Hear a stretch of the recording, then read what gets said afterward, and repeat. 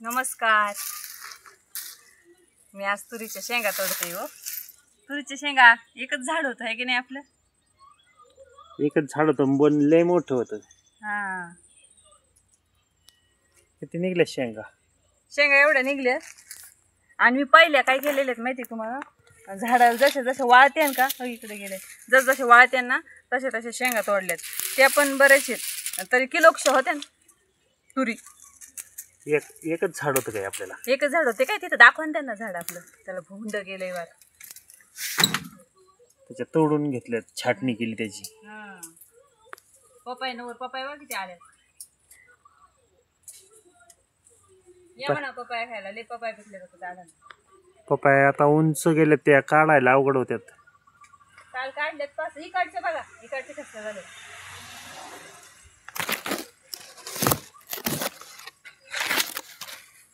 तिकडचे पण लय मोठे मोठे झाले.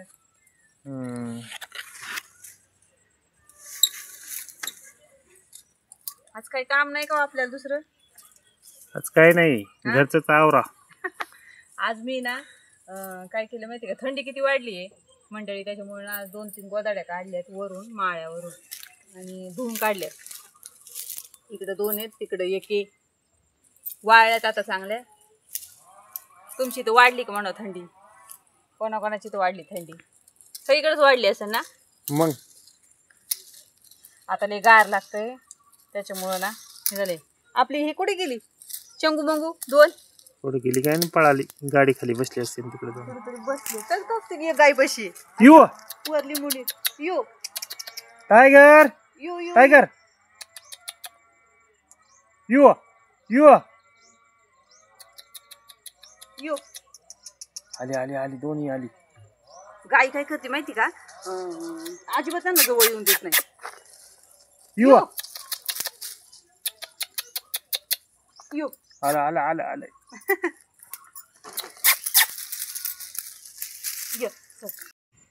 पांढर घे तुला. जानू, पिल्ल कशी आहेत ग आपली? भारी आहे. आणि आपला टायगर कसा होता? ते तुलाच भारी होता. तुलाच भारी होता. आपल्या टायगरला काय किती दिवस झाले का नेलेलं? 5-6 दिवस झाले आहे ना? 2 दिवसाने आठवडा है ना.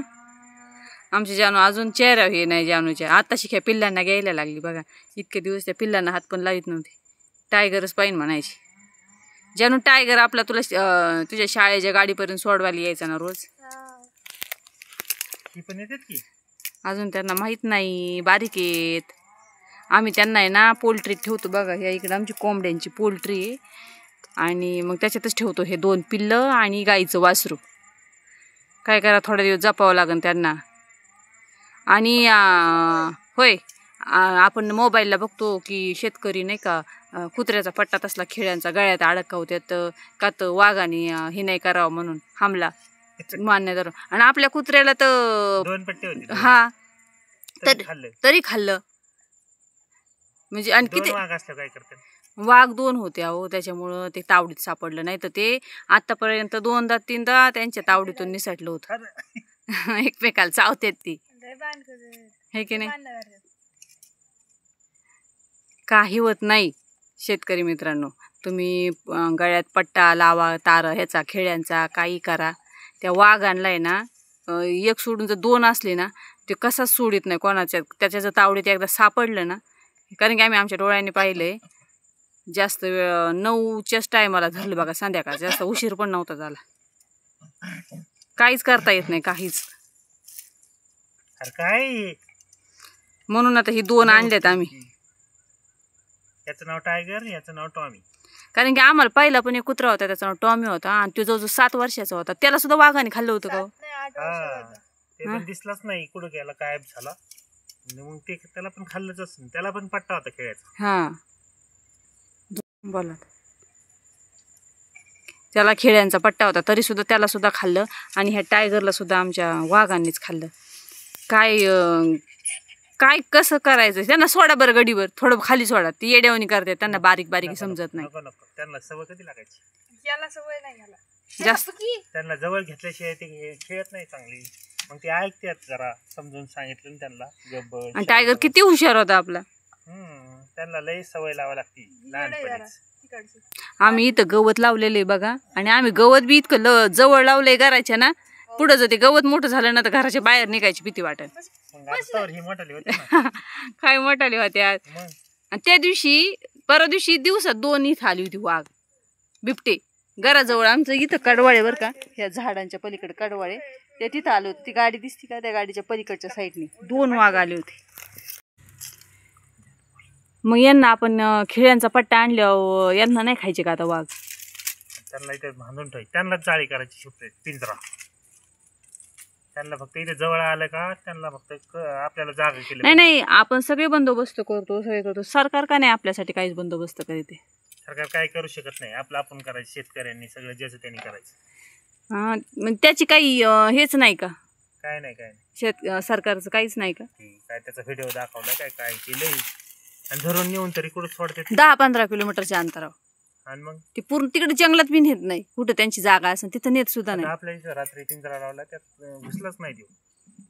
तिथे पिंजरा लावला की हा, त्यांना माहीत झालेलं आहे, पिंजरे सुद्धा माहीत झाले, त्यांना सगळं माहीत झालेलं. तिथं वेडी नाही राहिलेली ना, हुशार झालेत ते. आता पिल्ल आहेत ह्या कुत्र्यांसारखी आहेत ना, त्या आमची त्याला वाघाला पिल्ल. मग काय आपण आपलीच काळजी घ्यायची का इथून पुढं? हा, शेतकऱ्यांनी शेतकऱ्याची काळजी घ्यायची.